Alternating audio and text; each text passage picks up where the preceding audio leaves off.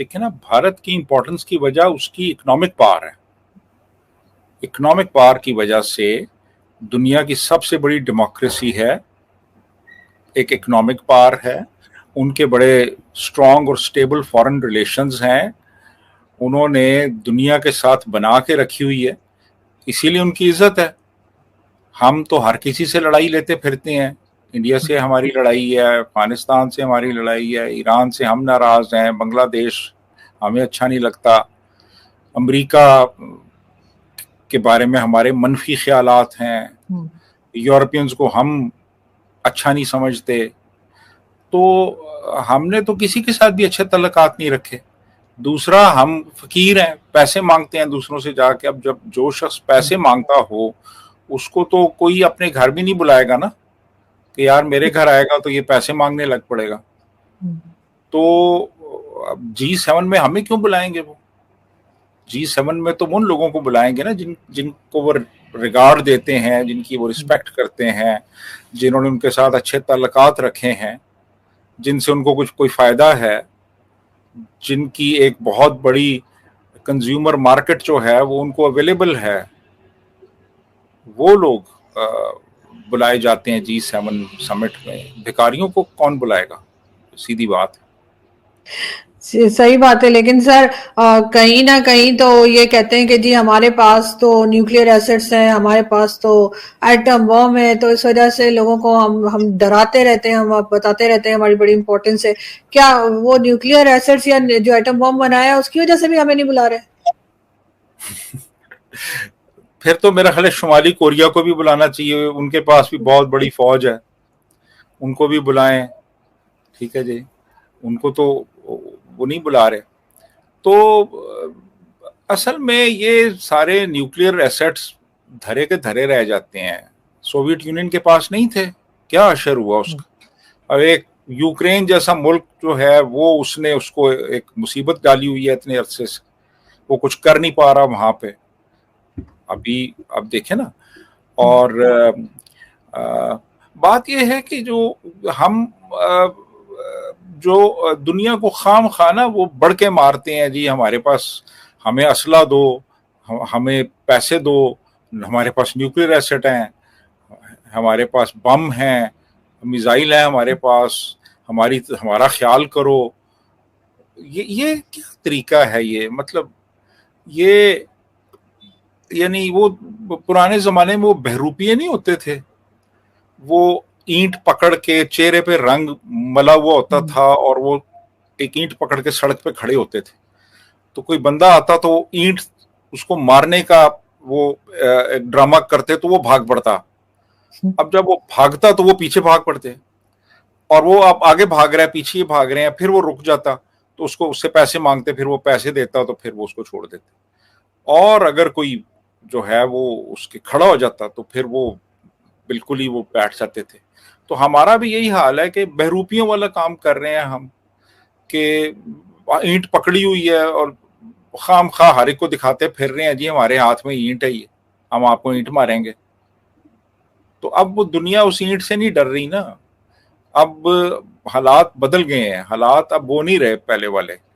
अब तो दुनिया सारी जो है वो मुखालिफ हो चुकी है इस तरह वेपन्स ऑफ मास डिस्ट्रक्शन के। कोई भी इनको अच्छी नज़र से नहीं देखते। मैच डिटेरेंस के लिए होते हैं, ये इस्तेमाल के लिए नहीं होते।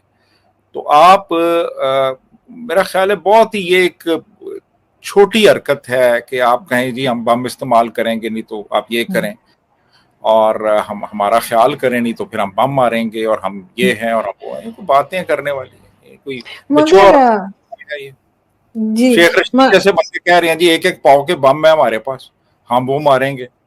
यार ये क्या बात है? मतलब ये आपको तो शर्म आनी चाहिए ऐसी बात करते हुए।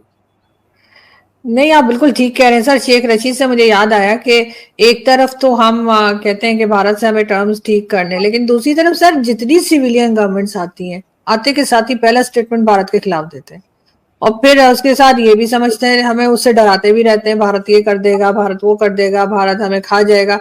जबकि दूसरी तरफ अफगानिस्तान है, अफगानिस्तान मुसलसल बॉर्डर पे टेंशन है।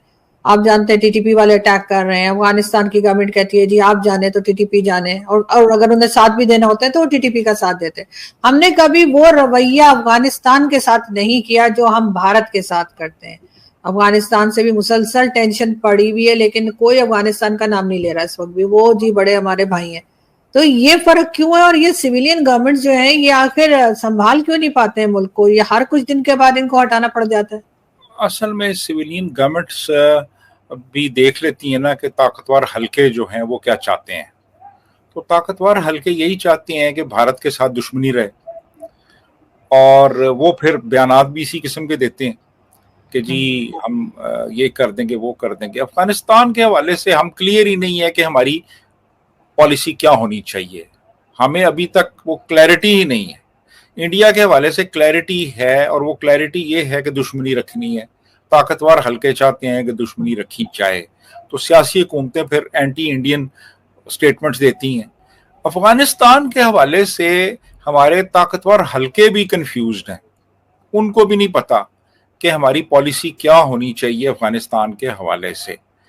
تو وہ کبھی تو وہ افغانستان پہنچ جاتے ہیں, وہاں جا کے وہ چائے وائے پیتے ہیں, تصویریں آ جاتی ہیں, ان کے ساتھ کبھی مذاکرات کر رہے ہوتے ہیں, کبھی ان کو اپنا بھائی کہتے ہیں, کبھی ان کو بلاتے ہیں. تو وہ ابھی تک سوچ رہے ہیں کہ اب پالیسی کیا رکھی جائے افغانستان کے حوالے سے, اس لیے وہ کوئی کھل کے کوئی وہ کلیئر کٹ بیان نہیں دیتے. وہ کوئی کبھی ایک بیان دیں گے, کبھی دوسرا دیں گے. انڈیا کے بارے میں کلیئر ہے. تو یہ بیسک ڈفرنس ہے اس میں. کیونکہ سر ایران نے بھی اٹیک تو ایران نے بھی کیا تھا, اور اس کے کچھ دن کے بعد ہی وہ جو ایران کے پریزیڈنٹ جن کا ہیلی کاپٹر کریش ہوا تھا وہ پاکستان بھی آ گئے تھے, اور ہم نے پھر ان کو گلے لگا لیا تھا. تو یہ رویہ ہم ہندوستان کے ساتھ کیوں نہیں رکھتے؟ اس لیے کہ ویسے تو دنیا کی ہر وہ کنٹری جس کے پاس پیسہ ہے, جس سے ہم لون لے سکتے ہیں, اس سے ہم گلے بھی ملتے ہیں, ہاتھ بھی ملاتے ہیں. بھارت کی اکانومی ہمارے سامنے ہے, تو پھر آخر ہم اتنا ہچکچا کیوں رہے ہیں بھارت کے ساتھ ہاتھ ملانے میں؟ کیونکہ انہوں نے اپنی اکانومی چلانی ہے نا. تو وہ انڈیا کے ساتھ دوستی کر لیں گے تو پھر وہ جو ایک بہت بڑی یہاں پہ اکانومی ہے وہ نہیں نہ چلے گی. پھر وہ اکانومی چل ہی رہی ہے اس بنا پہ کہ انڈیا کے ساتھ انڈیا کی تھریٹ موجود رہے, اور بجٹ آتا رہے, اور وہ اپنی اکانومی جو ہے, اپنی جو بزنس امپائر ہے, وہ دن دگنی رات چگنی ترقی کرتی رہے. تو بیسیکلی تو یہ چیز ہے نا. ادروائز تو میرا خیال ہے اگر ہم انڈیا کے ساتھ اچھے تعلقات رکھیں تو فائدہ تو ہمارا ہے. یعنی ہمارے جو مینوفیکچررز ہیں, ایکسپورٹرز ہیں, ان کو اتنی بڑی ایک مارکیٹ مل جائے گی. بہت سی چیزیں جو ہم یورپ سے منگواتے ہیں وہ بڑی سستی ہمیں انڈیا سے مل سکتی ہیں. انڈیا اور سینٹرل ایشیا کے درمیان جو ایک راہداری ہے اس کو ہم اگر چالو کر دیں تو ہم بہت ریونیو کما سکتے ہیں اس سے, اور بہت سے ہمارے جو کامن ایشوز ہیں, بہت سے مسائل ہیں, وہ ہم مل جل کے حل کر سکتے ہیں. انڈیا کے ایکسپیرینس سے ہم ایگریکلچر ہے, ہیلتھ سیکٹر ہے, ایجوکیشن ہے, ان میں ہم بہت فائدہ اٹھا سکتے ہیں. لیکن بس وہ یہ ہے کہ 24 کروڑ لوگ جو ہیں وہ اس وجہ سے محروم ہیں اس سب سے, کیونکہ طاقتور حلقے جو ہیں وہ نہیں چاہتے کہ انڈیا کے ساتھ دشمنی ہو, دوستی ہو. تو وہ دشمنی رکھی ہوئی ہے انہوں نے, اور اس دشمنی کا پھل کھا رہے ہیں وہ. لیکن اور سفر کر رہے ہیں.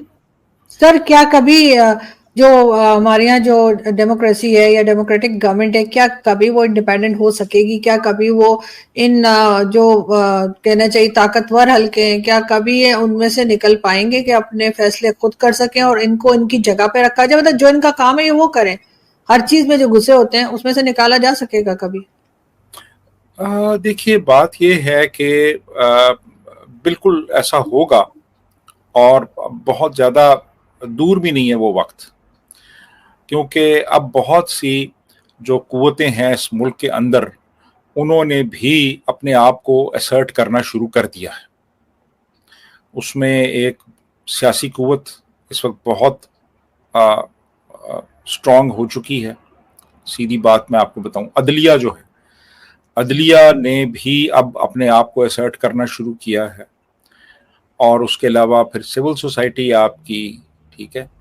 तो एक जनरल ओपिनियन अब अवाम में बन चुका है कि हमें इस दलदल से बाहर निकलना है और हमें वही रास्ता इख्तियार करना है जो अमन का रास्ता है, जो दोस्ती का रास्ता है, जो हमसाया मुमालिक के साथ अच्छे ताल्लुकात रखने का रास्ता है।